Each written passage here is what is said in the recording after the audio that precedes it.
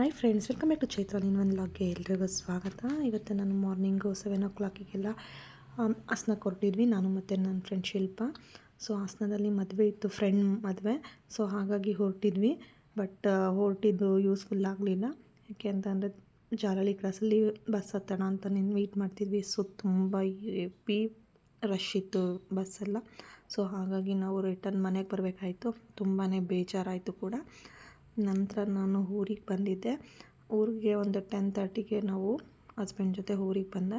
So ಊರಲ್ಲಿ tomato ಗಿಡ ಎಲ್ಲ ಹೇಗೆ ಬಂದಿದೆ ಅಂತ ನೋಡೋಣ ಅಂತ ಹೇಳ್ಬಿಟ್ಟು ಬಂದಿದ್ದು. ಸೊ ಟೊಮೆಟೊ ಗಿಡನ ಇದು ನಾವು ಬೇರೆಯವ್ರಿಗೆ ಕೊಟ್ಟಿರೋದು ಟೊಮೆಟೊ ಗಿಡ, ಅವರು ಬೇರೆಯವ್ರು ಹಾಕ್ಕೊಂಡಿರೋದು. ಸೊ ಮೊದಲಿಗೆ ಅವರು ಈ ಥರ ಎಲ್ಲ ಅರೇಂಜ್ ಮಾಡಿಕೊಂಡು ನಂತರ ಟೊಮೆಟೊ ಗಿಡನ ಹಾಕಿದರು. ಸೊ ಇವಾಗ ಅದು ಕಾಯಾಗಿ ಹಣ್ಣಾಗ್ತಿದೆ. ಹಾಗಾಗಿ ನೋಡ್ಕೊಂಡು ಹೋಗೋಣ ಅಂತ ಹೇಳಿಬಿಟ್ಟು ಬಂದ್ವಿ. ಸೊ ಇದು ನನ್ನ ಹಳೆಯ ವಿಡಿಯೋನ ಅದಕ್ಕೆ ಅಪ್ಡೇಟ್ ಮಾಡಿದ್ದೀನಿ. ಸೊ ಯಾವ ರೀತಿ ಪ್ಲ್ಯಾಂಟ್ಸ್ನ ಅರೇಂಜ್ ಮಾಡ್ಕೊಂಡಿದ್ರು ಅಂತ ಹೇಳಿಬಿಟ್ಟು ನಂತರ ನಾವು ಬಂದ್ವಿ. ಊರಿಗೆ ಬಂದಮೇಲೆ ಟೊಮೆಟೊ ಗಿಡ ಎಲ್ಲ ಈ ರೀತಿ ಆಗಿತ್ತು. ನಾನು ನೋಡಿದಾಗ ಚಿಕ್ಕದಾಗಿದ್ದಿದ್ದು ಗಿಡ ಈಗ ಎಷ್ಟು ದೊಡ್ಡದಾಗಿ ಆಗಲೇ ಹಣ್ಣು ಎಲ್ಲ ಬಿಟ್ಟಿತ್ತು. ಈ ಸುತ್ತ ಚೆಂಡುವಿನ ಗಿಡ ಬೇರೆ ಹಾಕಿದರು. ಸೊ ಚೆಂಡುವಿನ ಗಿಡ ಎಂತಕ್ಕೆ ಹಾಕಿದ್ರು ಅಂತಂದರೆ ಆ ಟೊಮೆಟೊ ಗಿಡಕ್ಕೆ ಹುಳು ಹೋಗಬಾರ್ದು ಅಂತ ಹೇಳಿಬಿಟ್ಟು ಆ ಚೆಂಡುವಿನ ಗಿಡ ಸೈಡಲ್ಲೇ ಹಾಕ್ಕೊಂಡು ಹೋಗಿದ್ದಾರೆ. ಸೊ ಅಡಿಕೆ ಗಿಡ ಮತ್ತು ತೆಂಗಿನ ಗಿಡ ಎಲ್ಲ ಸ್ವಲ್ಪ ಮಳೆ ಬಂದಿರೋದ್ರಿಂದ ಸ್ವಲ್ಪ ಚೆನ್ನಾಗಿ ಕಾಣಿಸ್ತಿದ್ವು. ಸೊ ಮಳೆ ಇಲ್ದಿದ್ದರಿಂದ ತುಂಬಾ ಬಾಡೋದಂಗೆ ಆಗಿತ್ತು. ಅಂದರೆ ಚಾಟ್ಸ್ಗೆ ಮತ್ತು ಬೇಳೆ ಸಾರಿಗೆಲ್ಲ ಚೆನ್ನಾಗಿರುತ್ತೆ. ಸ್ವಲ್ಪ ಹುಣಸೆ ಹುಳಿ ಬಿಟ್ಕೊಬೇಕು. ಸ್ವೀಟ್ ಟೊಮೆಟೊ ಆಗಿರೋದ್ರಿಂದ ಹುಳಿ ಟೊಮೆಟೊ ಅಲ್ಲ, ಸ್ವೀಟ್ ಟೊಮೆಟೊ. ಇದು ಚಾಟ್ಸ್ಗೆಲ್ಲ ಹೋಗುತ್ತೆ. ಆಗಲೇ ಮಳೆ ಬಂದಿರೋದ್ರಿಂದ ಹೊಲ ಎಲ್ಲ ಹುತ್ತಿದ್ದಾರೆ. ಸೊ ಇನ್ನೆಲ್ಲ ಅಂದರೆ ರಾಗಿ ಆ ಥರ ಎಲ್ಲ ಹಾಕ್ಕೊಳ್ಳೋದಕ್ಕೆ ಅಂತ ಹೇಳ್ಬಿಟ್ಟು ಹೊಲ ಎಲ್ಲ ಹುತ್ತಿದ್ದಾರೆ. ಬಟ್ ಮಳೆ ಅಷ್ಟು ಸಾಕಾಗ್ತಿಲ್ಲ ಅವರಿಗೆ. ತುಂಬಾ ಈ ಸರಿ ತುಂಬ ಮಳೆ ಕಡಿಮೆ ಇರೋದ್ರಿಂದ ಸ್ವಲ್ಪ ಗಿಡಗಳೆಲ್ಲ ಸ್ವಲ್ಪ ಒಣಗ್ದಂಗೆ ಆಗಿದ್ದಾವೆ. ಸೊ ಅಲ್ಲಿಂದ ಹೊರಟು ಬಂದ್ವಿ.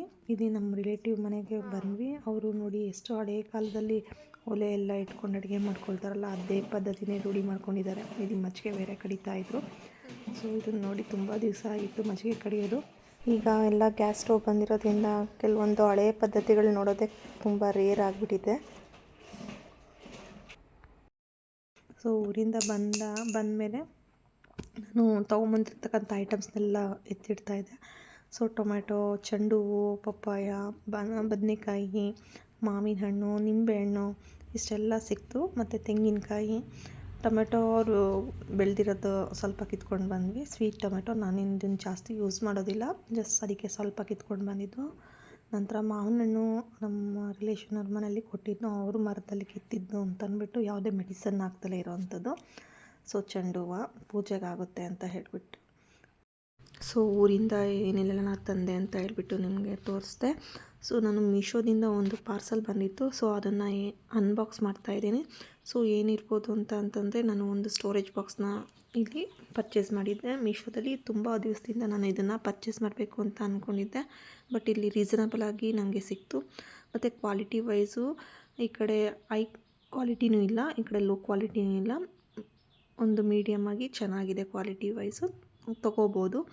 ಸೊ ಇದು ಅಮೌಂಟಲ್ಲಿ 551 ರೂಪಾಯಿ ಏನು, ನನಗೆ ಡಿಸ್ಕೌಂಟ್ ಹೋಗಿ 527 ರೂಪಾಯಿ ನನಗೆ ಡಿಸ್ಕೌಂಟ್ ಆಯಿತು. ಸೊ ವರ್ತ್ ಅಂತ ಅನಿಸ್ತು. ಹಾಗಾಗಿ ನಾನು ಇದನ್ನು ಪ್ರಾಡಕ್ಟ್ನ ತೊಗೊಂಡೆ. ತುಂಬಾ ಚೆನ್ನಾಗಿದೆ. ಏನಾದರೂ ಸಣ್ಣ ಪುಟ್ಟ ಸ್ಟೋರೇಜ್ಗೆಲ್ಲ ತುಂಬಾ ಚೆನ್ನಾಗಿದೆ. ಈ ಲಿಂಕು ನಿಮಗೇನಾದ್ರು ಬೇಕು ಅಂದರೆ ನನ್ನ ಡಿಸ್ಕ್ರಿಪ್ಷನ್ ಬಾಕ್ಸಲ್ಲಿ ನಾನು ಮೆನ್ಷನ್ ಮಾಡಿರ್ತೀನಿ. ನಿಮಗೆ ಬೇಕಾದರೆ ಅಲ್ಲಿ ಆ ಲಿಂಕಲ್ಲಿ ನೀವು ತೊಗೋಬೋದು. ಸೊ ತುಂಬಾ ವರ್ತ್ ಇದೆ ಅನ್ನಿಸ್ತು. ಯಾರೆಲ್ಲ ನನ್ನ ಚಾನಲನ್ನು ನೋಡ್ತಿದ್ದೀರಾ ಅವರು ಪ್ಲೀಸ್ ಇದೇ ರೀತಿ ನನ್ನ ಚಾನಲ್ನ ನಾನು ಹಾಕ್ತಕ್ಕಂಥ ವೀಡಿಯೋಗಳನ್ನ ನೋಡ್ತಾಯಿರಿ. ಮತ್ತು ಯಾರು ಸಬ್ಸ್ಕ್ರೈಬ್ ಮಾಡ್ಕೊಂಡಿಲ್ಲ ಪ್ಲೀಸ್ ಸಬ್ಸ್ಕ್ರೈಬ್ ಮಾಡ್ಕೊಳ್ಳಿ. ಇದೇ ರೀತಿ ನಾನು ಸಪೋರ್ಟ್ ಮಾಡ್ತಾಯಿರಿ. Thank you for watching.